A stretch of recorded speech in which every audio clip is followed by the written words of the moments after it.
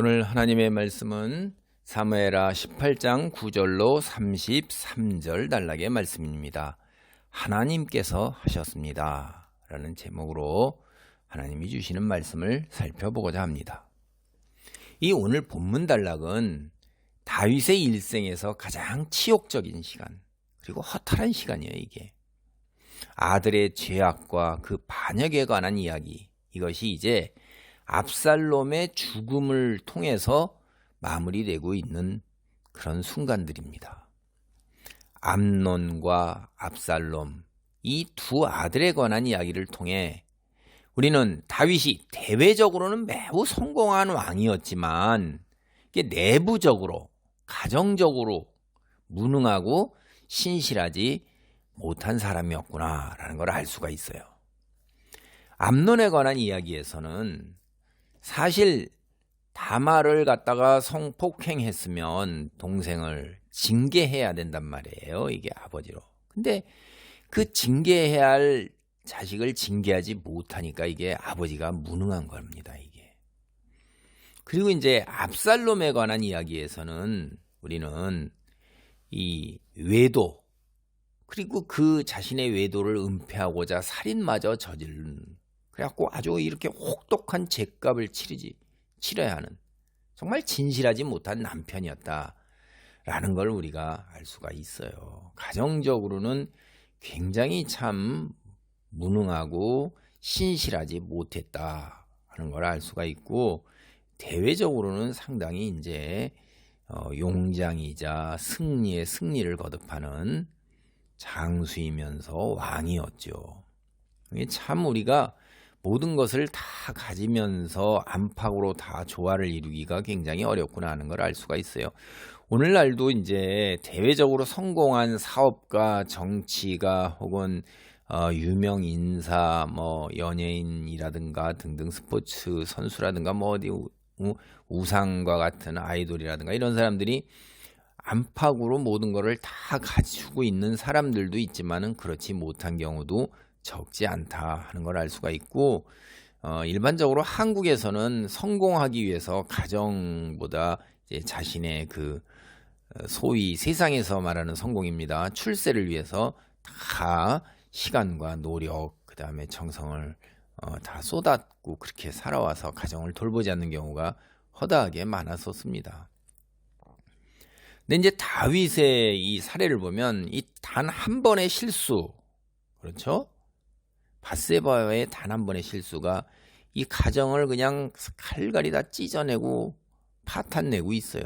이런 참담한 결과를 초래할 것이라고 다윗이 만약 한 번이라도 상상할 수 있었다면 다윗이 밧세바에게 그렇게 혹하는 그런 일, 그거 굉장히 숙고에 숙고를 많이 하고 고뇌를 했을 거라 해요. 오늘 본문은 세 단락으로 나눌 수 있습니다. 첫 단락은 사무엘하 18장 9절로 15절 단락인데 압살롬의 죽음에 관한 이야기입니다. 18장 9절을 보겠습니다. 압살롬이 다윗의 부하들과 마주치니라. 압살롬이 노새를 탔는데 그 노새가 큰 상수리 나무 번성한 가지 아래로 지날 때에 압살롬의 머리가 그 상수리 나무에 걸림에 그가 공중에 달리고 그가 탔던 노새는 그 땅과 공중 사이로 빠져나간지라. 이 성경에서 쓰는 낱말과 이 단어는 굉장한 의미가 많아요. 그거를 이제 여러분이 성경을 많이 통독하다 보면 앞에서 나온 단어들이 다 성령께서 역사하사 이끌어지고 연계가 되면서 그 의미를 깨닫게 됩니다. 그러니까 성경 통독을 많이 하셔요. 이제 전쟁이 진행되면서 압살롬은 다윗 군사들하고 부딪혔어요. 근데 압살롬이 다윗 군사들을 피해가지고서 상수리 나무 아래로 지나가다가 그의 머리채가 나뭇가지에 걸린 겁니다. 나귀는 그대로 앞으로 가니까 그냥 가는데 자기는 상수리 나무 위에 머리가 걸려 있으니까 나귀가 밑에서 받쳐주는 나귀가 싹 지나가 보고 자기는 공중에 떠 있는 거예요. 그냥. 그래서 압살롬이 자기 나귀인데 나귀를 잃어버렸잖아요. 그럼 자기가 나귀가 앉아있던 안장까지도 잃어버린 거예요. 그건 뭡니까? 상징적으로. 나귀를 잃어버리면서 동시에 왕의 자리도 함께 잃어버렸다는 거예요. 그래 죽는 거예요. 그래서 압살롬이 우리가 죽는 과정을 살펴보면 우리는 한 가지 교훈을 얻을 수가 있어요. 예, 여기 성경 본문이 나귀가 아니고 노새네요. 노새. 그래서 노새를 잃어버리는데 이 노새가 나귀하고 노새는 다르죠.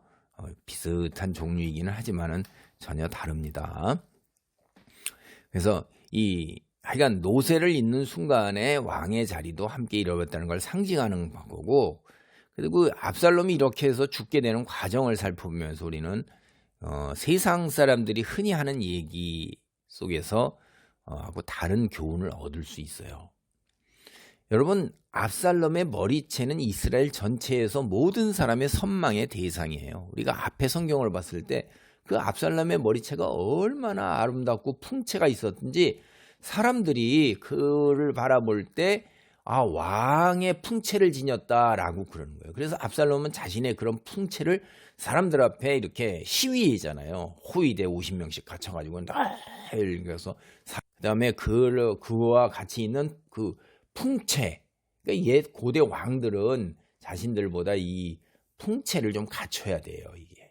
그래갖고선 체격도 갖추고 얼굴도 갖추고 이게 다 갖춘 사람들, 우리하고는 다른 사람이라고 이제 생각을 해야 되는 건데 이 압살롬이 그걸 지녔단 말이에요. 그러니까 얼마나 이 머리채가 전 이스라엘 전체의 모든 사람들의 선망의 대상이었으니까 얼마나 참 대단했고 그게 그의 긍지를 높였겠어요. 그러니까 그걸로 인해서 이제 교만도 있고 이 허세가 있어요. 압살롬이 보면. 그런데 그의 그 아름다움, 풍채, 우월함, 탁월함을 드러내는 그것이 장래가 촉망되던 한 젊은이가 교만하게 되는 원인이 되었고 그로 인해서 생명까지 잃으면서 몰락하게 되는 이야기의 이게 모형이에요. 모형. 여기서 우리 그리스도인은 어떻게 하냐 이 말이에요. 세상 사람도 역시 마찬가지인데 우리가 다른 사람의 재능이나 탁월함을 일반적으로 다 부러워하잖아요. 그런 것들을. 그래서 아이들이 자기 자식이 조금 일찍 걷고 조금 일찍 이야기를 하고 뭔가 학교 다니기 시작하면서 남보다 잘하는 게 있으면 그게 뿌듯한 거예요. 응? 재능이나 탁월함. 이게 뿌듯하고 그게 자랑거리가 되고 입담이 되는데 오늘 본문을 보면 결코 그런 것들이 자랑거리가 되거나 다른 사람들에게 본인의 입장에서는 우월함을 드러내면서 어깨에 힘줄 만한 그런 것이 되지 못할 수 있다는 거예요. 그러니까 하나님께서 주신 그 달란트를 과시하면서 교만을 부리고 우월함을 자랑할 경우에는 때로는 압살롬처럼 한순간에 목숨을 비롯해서 모든 걸 다 잃어버릴 수 있다는 거예요. 우리는 어떻게 해야겠어요? 주신 것에 감사하고 상대적 비교를 하지 마세요. 내가 가진 것으로 족한 거예요. 남보다 못한 상대적 비교를 하면 언제나 그 속에서는 낙담이 있어요. 감사가 안 나옵니다. 그래서 주신 것을 감사하고 항상 겸손하고 받은 달란트, 남보다 더 탁월한 것을 과시하는 것보다는 공동체 구성원하고 함께 누리고 공동체 구성원에서 내가 받은 달란트를 도구로 삼아서 베푸는 이것이 그리스도인이요, 이것이 현명한 사람이다라는 걸 오늘 본문을 통해서 깨달을 수 있습니다. 교만은 패망의 선봉작이라는 자물서 말씀을 보세요. 이 성경에서 아주 큰 죄악으로 굉장히 싫어하는 것이 특히 잠언서가 그런 게 굉장히 많이 나오고 있는데요. 교만, 거만, 과시, 막 이 우월함을 드러내는 것, 자랑하는 것 이거 굉장히 싫어합니다. 망하는 지름길이라고 얘기를 해요. 그러니까 겸손함, 신 앞에서 또 사람들 앞에서 드러내지 아니하고 함께 누리고 베풀고자 하는 것, 하나님께서 내게 주신 것만 왜 주셨을까 나를, 내가 아무것도 아닌데 라는 걸 깊이 깨달아야 돼요. 나의 그 위치를 스스로 높여서 모든 이들 위에 우월함을 드러내면서 물개박수 맞고 막 선망받고 그렇게 내 인생을 살아라 라고 그렇게 우리에게 주셨을까요? 그거 아니죠. 부족함에도 불구하고 나를 택하여 세우신 이유가 바로 나를 통해서 생명의 생수의 혹은 하나님이 주시는 놀라운 그 축복이 은혜가 내가 통로가 되어야 되는 거예요. 그거 감사한 거죠. 그게 이제 예수 그리스도가 우리에게 보여주신 길입니다. 그래서 이 교만은 패망의 선봉장이라는 잠언서 말씀 마음에 깊이 하로 새기면서 이 말씀을 실천하는 믿음의 사람, 지혜의 사람이 되어야 할 것입니다. 이제 이어지는 본문을 보면 압살롬은 나무에 매달렸어요. 이 매달리다라는 동사 이걸 한번 우리가 주목해 볼 필요가 있어요. 신명기 21장 23절을 보면 율법에서 이 동사는 단 한 번 사용돼요. 나무에 매달린 사람은 저주를 받은 것이다. 이렇게 선언할 때 사용됩니다. 매달렸다라는 말이. 압살롬은 하나님의 저주를 받아서 죽음에 이른 거예요. 이 말에 의하면. 그렇죠? 신명기에 의하면. 이 마찬가지로 이제 우리가 출애굽기 20장 12절이나 신명기 5장 16절 또 21장 18절 21절을 보면 이게 이제 창세기, 출애굽기, 레위기, 민수기, 신명기가 토라 이렇게 하고서 이제 율법서예요. 이게 하나님의 말씀이란 말이에요. 그게 우리가 지켜야 할 일들이에요. 아버지께 반역하는 아들. 그리고 이제 또 레위기 20장 11절 아버지의 첩이나 아내와 동침하는 자 모두 하나님의 심판을 받도록 되어 있어요. 예. 이 압살롬이 다 이런 율법을 다 범한 거예요. 이게 아버지께 반역하고 아버지의 첩과 동침하고 벌써 이게 뭡니까 이게 하나님의 저주잖아요. 심판과 저주를 받아 마땅한 자예요. 그러니까 압살롬이 매달려 죽은 자는 저주받은 자라 앞에서 율법에서 말할 때 압살롬이 나무에 매달려 죽었잖아요. 이게 하나님의 심판과 저주라는 거예요. 하나님이 하셨다는 겁니다. 이게. 우리가 본문을 보면 압살롬은 하늘과 땅 사이 공중에 매달린 자예요. 여러분 하늘과 땅 사이에 매달린 압살롬의 이 모습은요. 상당히 여러 가지 의미를 중의적으로 가지고 있어요. 압살롬은 지금 삶과 죽음 사이에서 매달려갖고 바둥거리고 있는 거예요. 그리고 동시에 압살롬은 이제 반역자로서 그리고 또 다윗의 귀중한 아들 사이에서 매달려서 바둥거리고 있는 거예요. 그리고 압살롬은 다윗의 그 왕 상당히 모질죠. 전쟁의 승리를 가져오기 위해서 그 모진 왕 그 다음에 아들을 향해서 마음이 한없이 여린 그 아버지 사이 거기서 매달려서 바둥거리고 있는 거예요.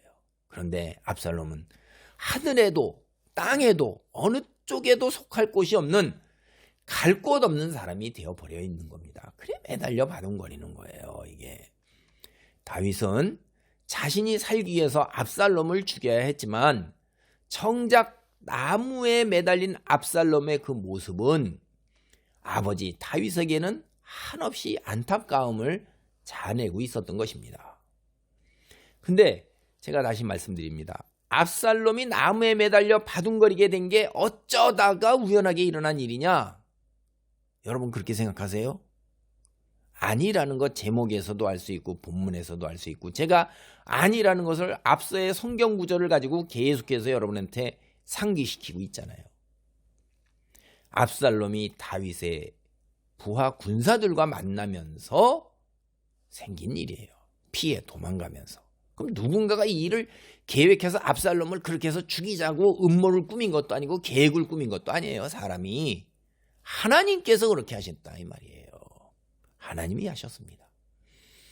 압살롬이 나무에 매달려 있다는 소식을 전해들은 요압 그 병사에게 내가 그를 죽였으면 은 10개를 상금으로 주었을 텐데 허리띠도 주었을 텐데 왜 그를 죽이지 않았냐 이렇게 물었어요.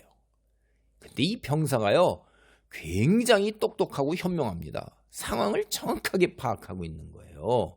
그는 다윗이 요압, 아비새, 이때 3명의 장군에게 말하는 것을 분명하게 들었기에 세상에 은 10개가 아니라 은 1000개를 준다 해도 결코 압살롬을 죽이지 않았을 것이며, 또한 요압 당신이 은 10개를 상금으로 준다, 그런 우호적인 말은 당신의 인격을 믿을 수 없다. 이걸 확실하게 표현하는 거예요. 야, 이 병사 상당히 대단한 사람입니다. 장군에게 대놓고 당신의 말을 어떻게 믿습니까? 이렇게 하는 거예요. 사무엘하 18장 12절로 13절입니다.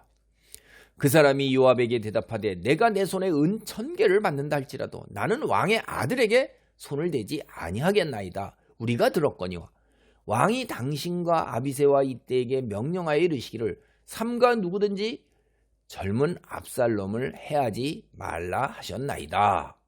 아무 일도 왕 앞에는 숨길 수 없나니 내가 만일 거역하여 그의 생명을 해왔더라면 당신도 나를 대적하였으리니이다 하니, 그러니까 이게요, 내가 만일 압살롬을 죽였으면 은 1000개를 주기는커녕 왕의 말을 따르지 아니하고 요압 당신도 나를 오히려 대적하였다면 내게 죄를 뒤집어 씌울 거야. 당신은 그러고도 능히 남을 사람이다. 요압의 인격 아주 그냥 곧장 대놓고 직설적으로 화살을 날리잖아요. 요압은 그런 인품을 지닌 사람이에요. 여태껏 우리가 성경을 보면 요압은 결코 교활하고 믿을 수 있는 사람이 아니에요. 다윗에게만 충견인 사람입니다. 병사가 대단히 똑똑한 거예요. 병사의 말은 지금 이 순간 요압이 그렇게 말하지만 정말 그가 압살롬을 죽였다면 요압 왕 앞에서 자신의 편을 들어주지 않는다는 거죠. 죄를 뒤집어 씌운 거죠. 요압의 인격을 너무나도 잘 아는 거예요. 사실 이 병사의 발언은 이 병사 한 사람의 발언이 아니라 다윗 군대에 속해 있는 모든 군인들의 입장과 그 이해를 대변하고 있는 거예요. 다윗이 모든 군인들 앞에서 이야기를 했잖아요. 그래서 이 군인들이 전쟁에서 승리를 한다 할지라도 적군의 우두머리인 압살롬 왕의 아들 죽여서는 안 된다는 이런 심적인 부담을 안고 전쟁에 나간 거예요. 그 전쟁을 하고 있는 거예요. 이게 참 기가 막힌 상황인 겁니다. 이게 요압도 병사를 꾸짖거나 이러질 않아요.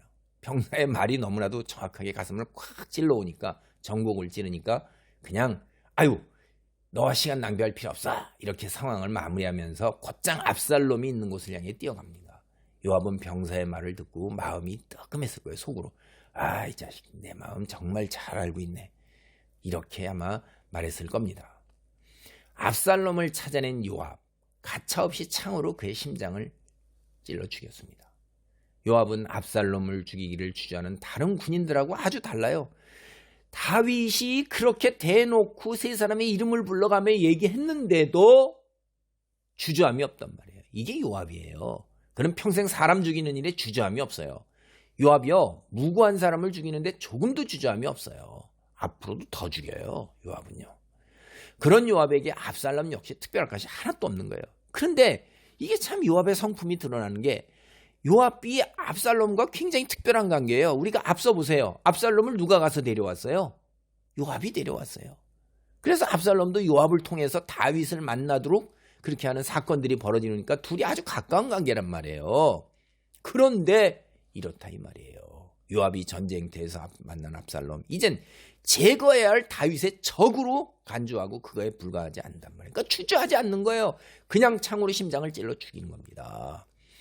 요압은요, 평생을 다윗에게 맹목적으로 충성 헌신하는 거예요. 이번도 또 그런 거예요. 그냥 압살롬이 있어서는 다윗에게 해가 되니까 주저하지 아니하고 그냥 압살롬을 죽여버린 겁니다. 충견입니다. 충견. 그 기질이 다시 또 발동되는 거예요. 여러분, 이 다윗과 요압의 관계 우리가 한번 생각해 볼 수 있어요. 요압과 다윗의 관계는 굉장히 독특한 관계예요. 서로가 서로를 필요로 하는 관계예요.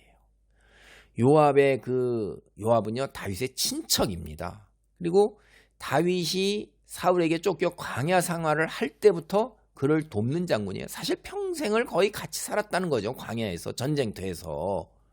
그러니까 애증이라기보다는 거기까지는 너무 나간 거고요. 굉장히 돈독하려면 한없이 돈독한 거예요.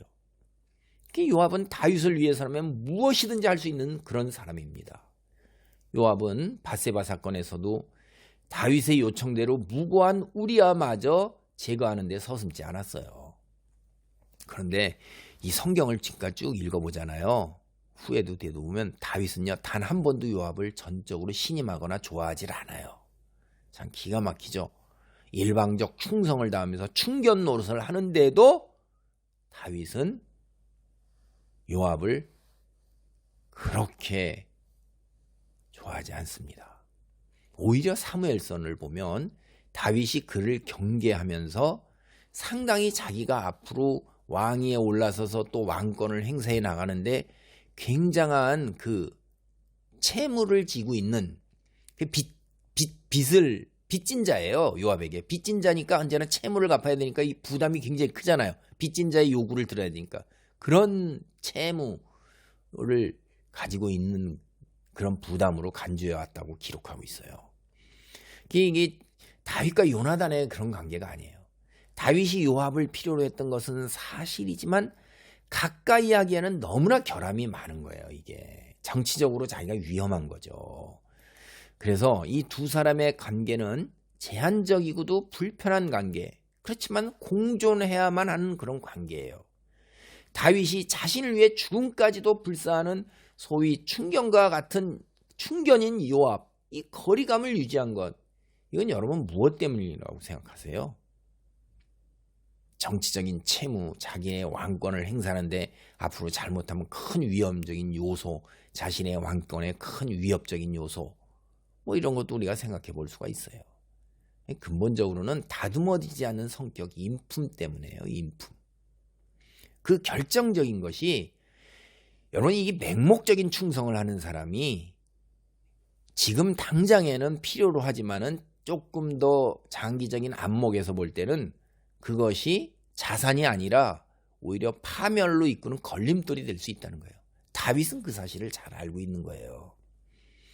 여러분 우리 모두 주변에 내게 충성하고 헌신하는 사람이 있으면 그렇게 진심으로 이렇게 충성하고 헌신하는 친구가 있으면 하고 바랄 거예요. 나를 믿고 따르고 나만을 위해주는 그런 친구, 자신의 목숨까지도 내버릴 수 있는 친구. 그런데 그 친구가 이런 맹목적 충성은 안 된다는 거예요. 바람직한 것이 아니다라는 걸 우리는 기억해야 돼요. 신앙인은요 충견이 아닌 진실로 유익을 위해서 쓴소리도 마다하지 않는 그런 충성된 사람이 필요한 거예요. 그리고 그 충성된 사람을 볼 줄 아는 안목을 갖춰야 돼요. 이게 내게 충견을 대부분 사람들 거의 다 우리는 충견을 요구해요. 그리고 충견이 우리에게 충성된 자로 착각을 해요. 그렇지 않습니다. 우리가 좋은 약은 쓰다라는 것, 그리고 저도 겪으면서 보니까요, 옆에서 이렇게 충고를 호되게 해주거나 충고 이렇게 내 편을 들지 않고 객관적으로 얘기해서 이게 쓴소리를 해주는 사람이 마음이 편하지 않아요. 그건 뭐 전 솔직한 심정이에요. 근데 그걸 받아들여야 한다는 것, 그리고 그게 과연 맞는 약인가 한 거를 객관적으로 조금 시간을 두고 다시 생각을 해봐야 돼요. 그래서 누가 진실로 나를 위하는 사람인가? 맹목적 충성을 하는 사람은 나에게 걸림돌이 돼서 나를 파멸로 몰아갈 수가 있어요. 그런데 분별이 없는 거죠. 그러니까. 근데 분별을 하면서 진실로 나를 위하는 사람은 나의 파멸로 가지 아니하고 그런 것을 제동을 거는 사람이죠. 그런 사람이 필요한 건데 현실에서 제가 말은 이렇게 하지만은 그런 사람을 바라보는 안목을 갖추기도 쉽지 않은 거고요. 그리고 그런 사람을 진실로 존중해 주는 게 역사나 오늘 사회 주변 둘러볼 때 쉽지 않아요.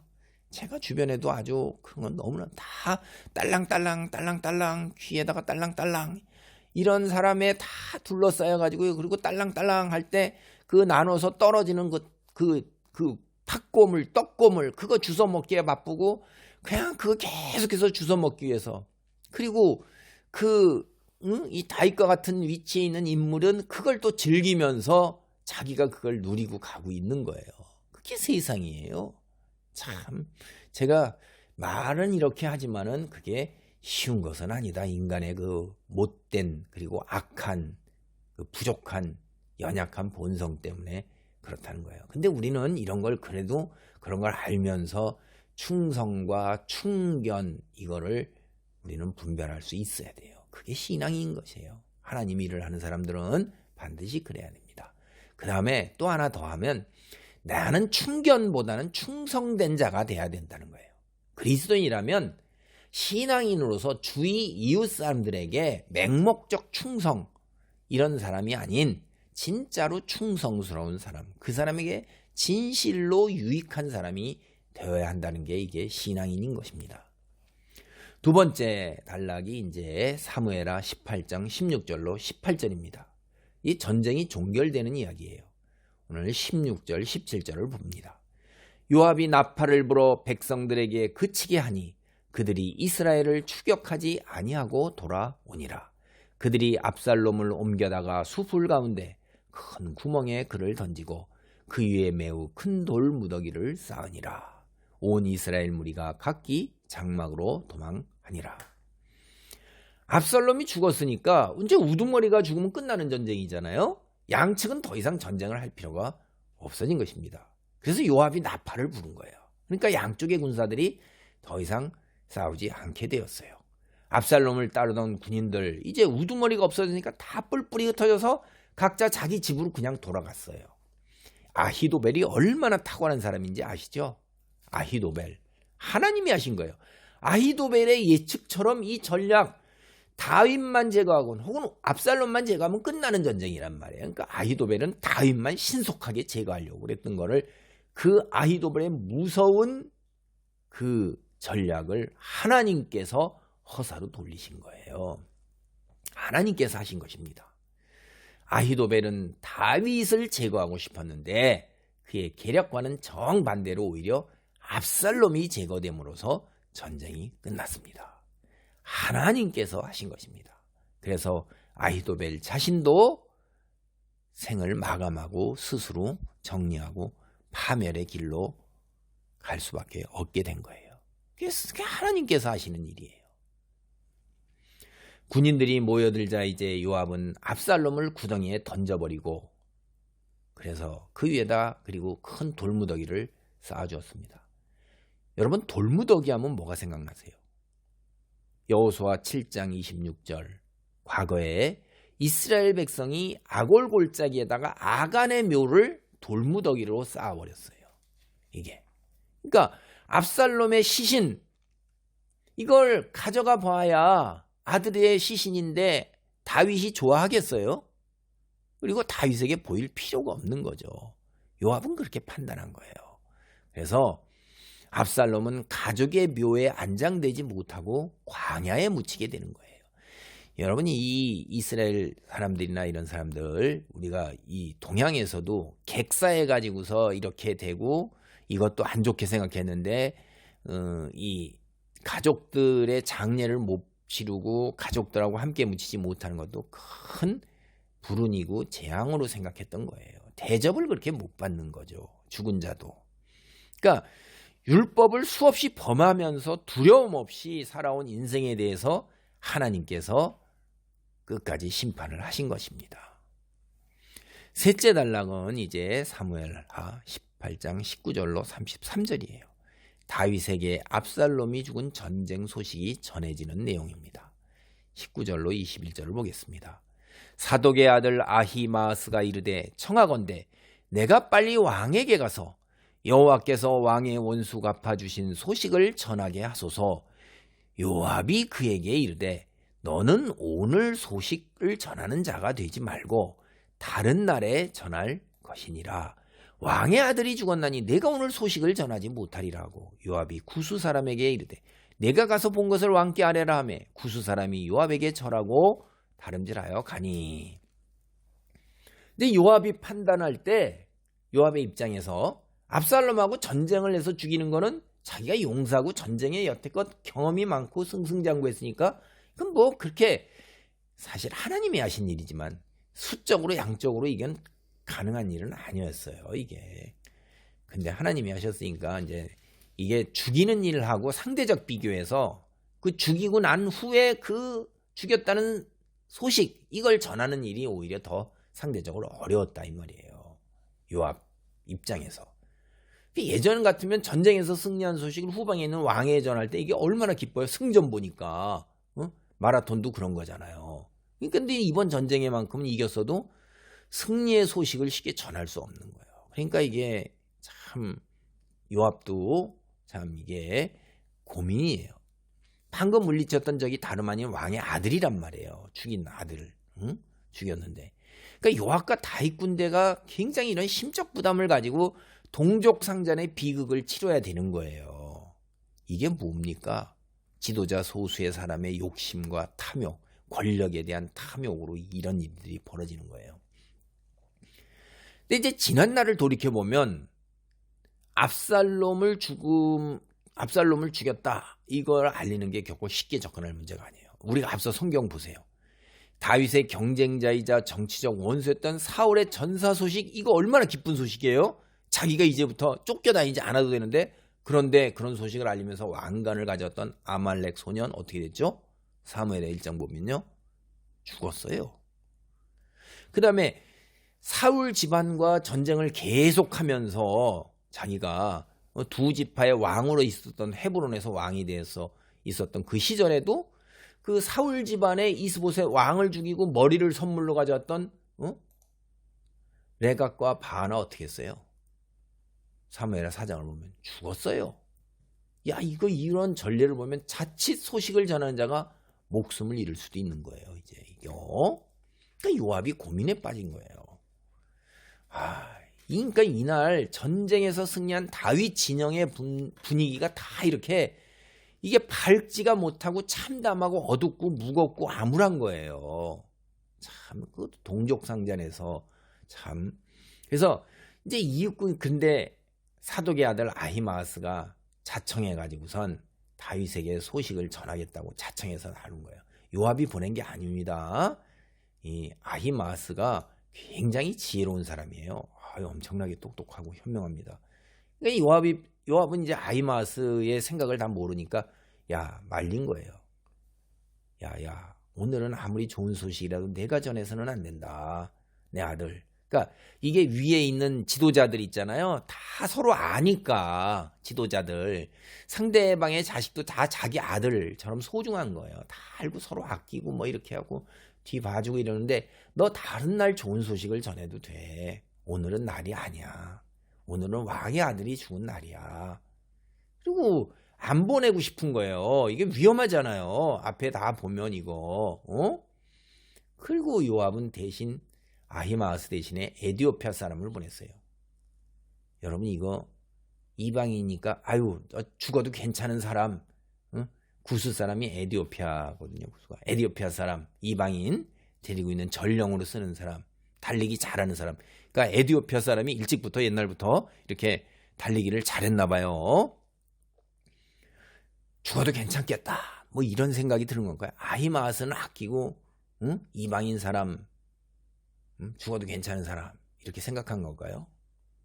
참 이게 참 사람의 생명, 참 우리가 참 이 부분도 여러 가지 생각이 많아요. 그 다음에 보세요. 또 인간사가요, 이 조직 안에서 위치에 모르고 가는 경우도 많은 거예요. 자신이 어떤 위협에 처해 있는지 이 에디오피아 사람은 알까요? 그걸 아는지 모르니까 자신이 죽게 될지도 모르는데 이제 가면 그걸 아는지 모르는지 에디오피아 사람은 명령을 받았기에, 조직에 속해 있기에 명령이 떨어진, 그걸 알 수도 없을 처지 정도에 있으면서 명령을 받으면 그 사지로 나가는 거예요. 그냥 다윗을 향해 떠난 겁니다. 세상 사가 다 이런 거구나. 그러니까 우리는 하나님을 더 믿고 의지할 수밖에 없는 거예요. 내 머리로 다 알지 못하고 이해하지도 못하고, 알고 이해한다 할지라도 대처할 방안이 없는 거예요. 이게. 그래서 이제 이어지는 본문을 계속 보면 전령이 떠난 다음에 사독의 아들 아히마아스가 요압에게 계속해서 조르는 거예요. 자기가 가겠다고. 그러니까 이제 요압은 이게 다 뻔히 다 아는 거 아니에요. 같은 지도자의 그 아들 내가 아껴, 그 앞으로 이 사독 볼 면목이 없잖아요. 아니 당신이 어떻게 그렇게 할 수 있느냐, 이런 면목도 없잖아. 그러니까 이게요, 그를 달래는 거예요. 계속 이 소식으로는 아무런 상도 받지 못한다. 이 얘기 끝으로는 상뿐만 아니라 네 목숨도 위험하다. 그러니까 가지 말아라. 왜 자꾸 가려 하냐. 근데 아히마아스가 계속해서 졸라대자 이제. 응?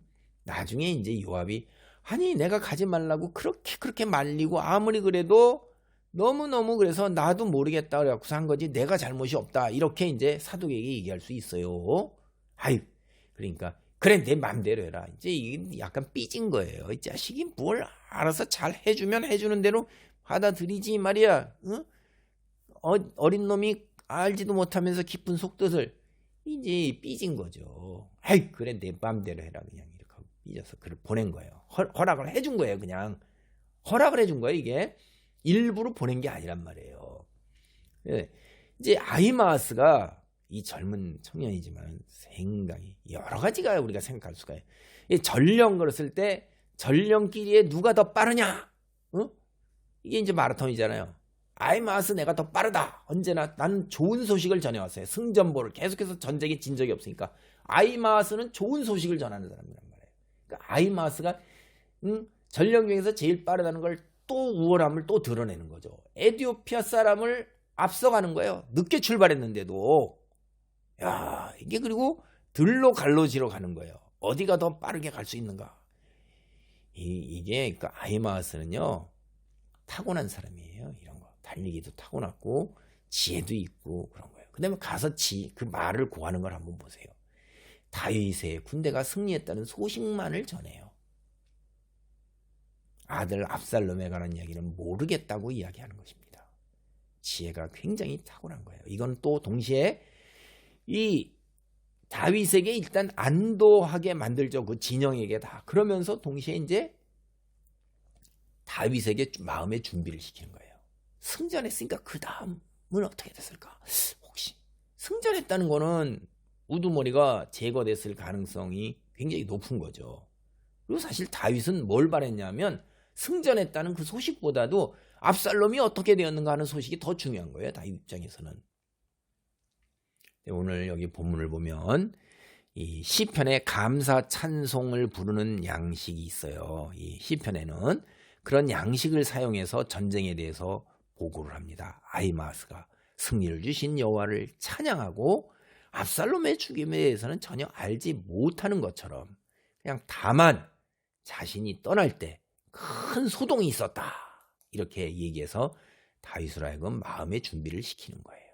사실 전쟁에 승리했고 진영에 큰 소동이 있었다.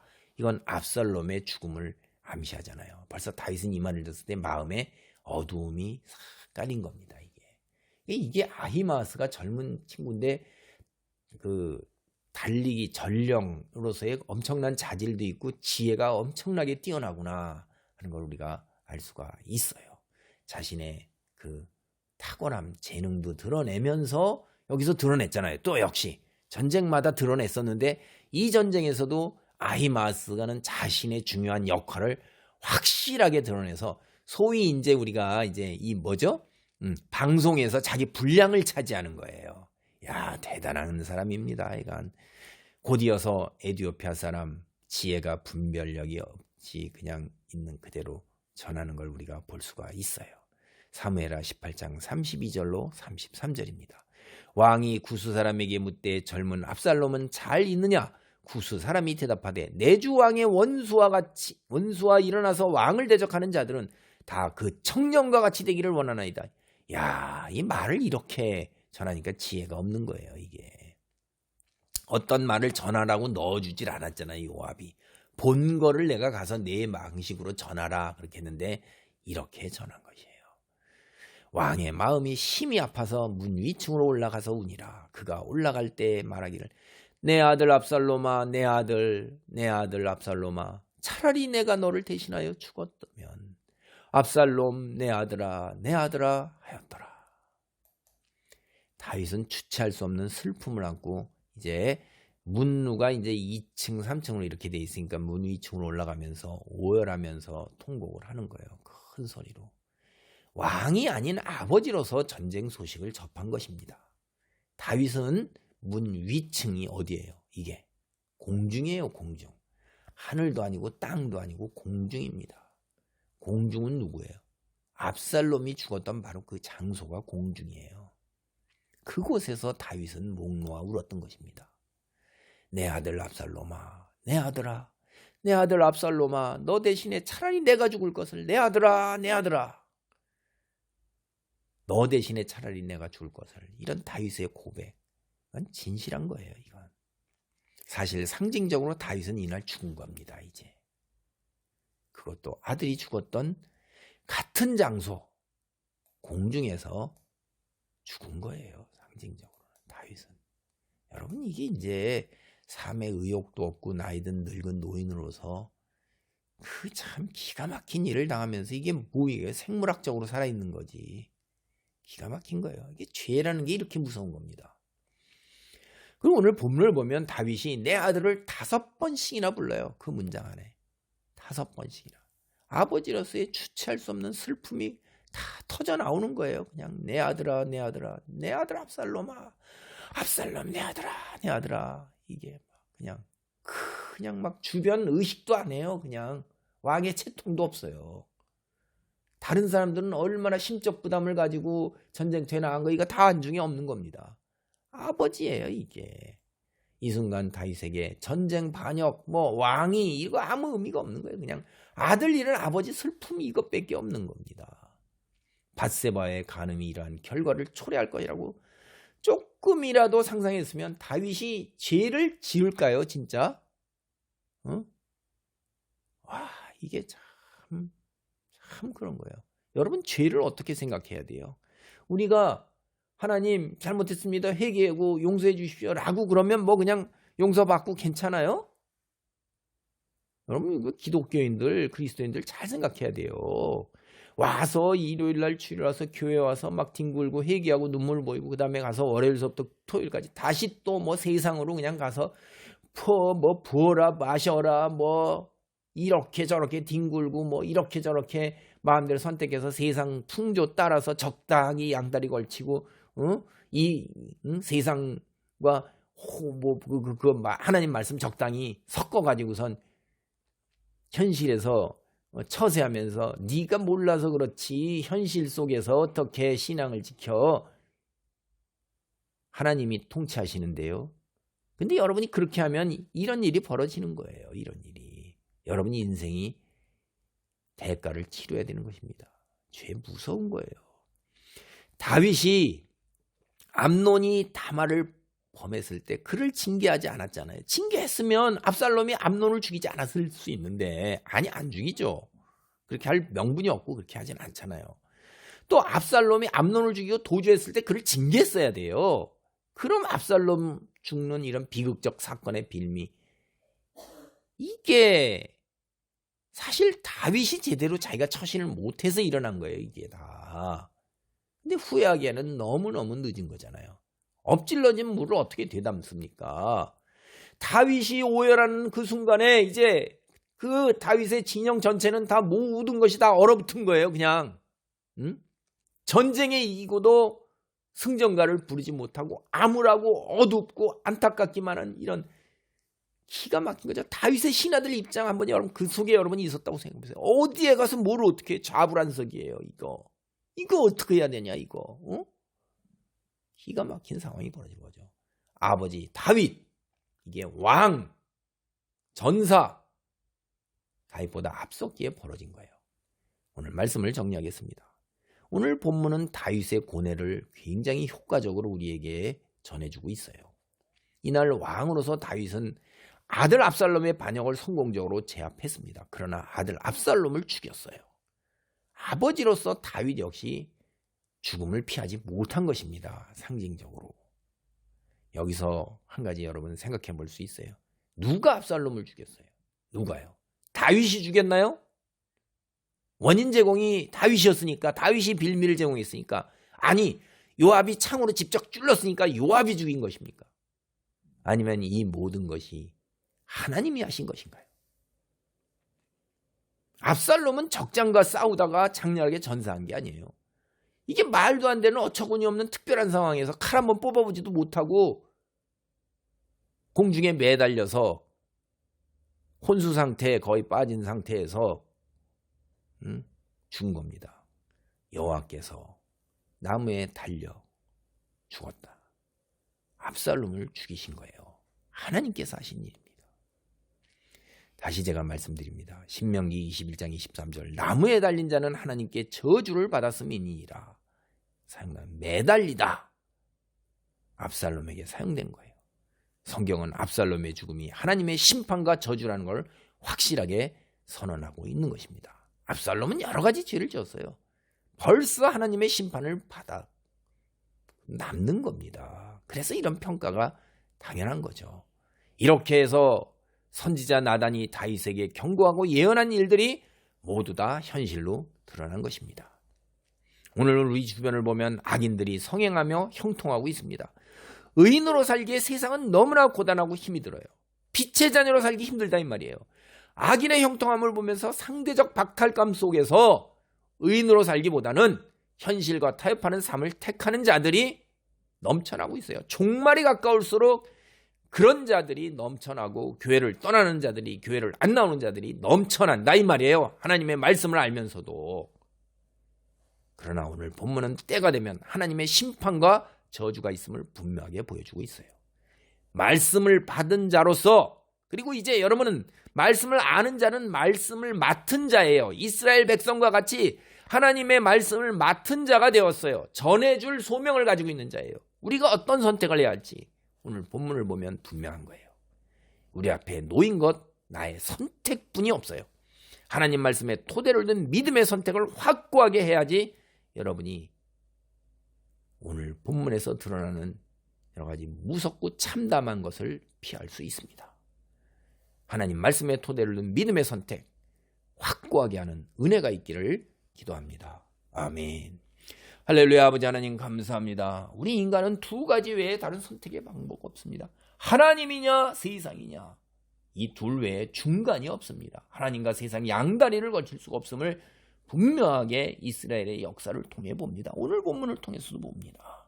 주님, 하나님 말씀 안에 머물고 하나님 은혜 안에 머물 수 있는 그런 아버지 하나님의 확고한 하나님 말씀을 기준으로 해서 순종하며 살아가는 그런 선택을 할 수 있도록 도우소서. 그리고 그런 선택이 늘 일관되게 아버지 하나님여 끝까지 신실하게 이어질 수 있기를 간절히 소원하오니 주여 보호하시고 능력을 더 입혀 주옵소서. 예수님의 이름으로 기도하옵나이다. 아멘.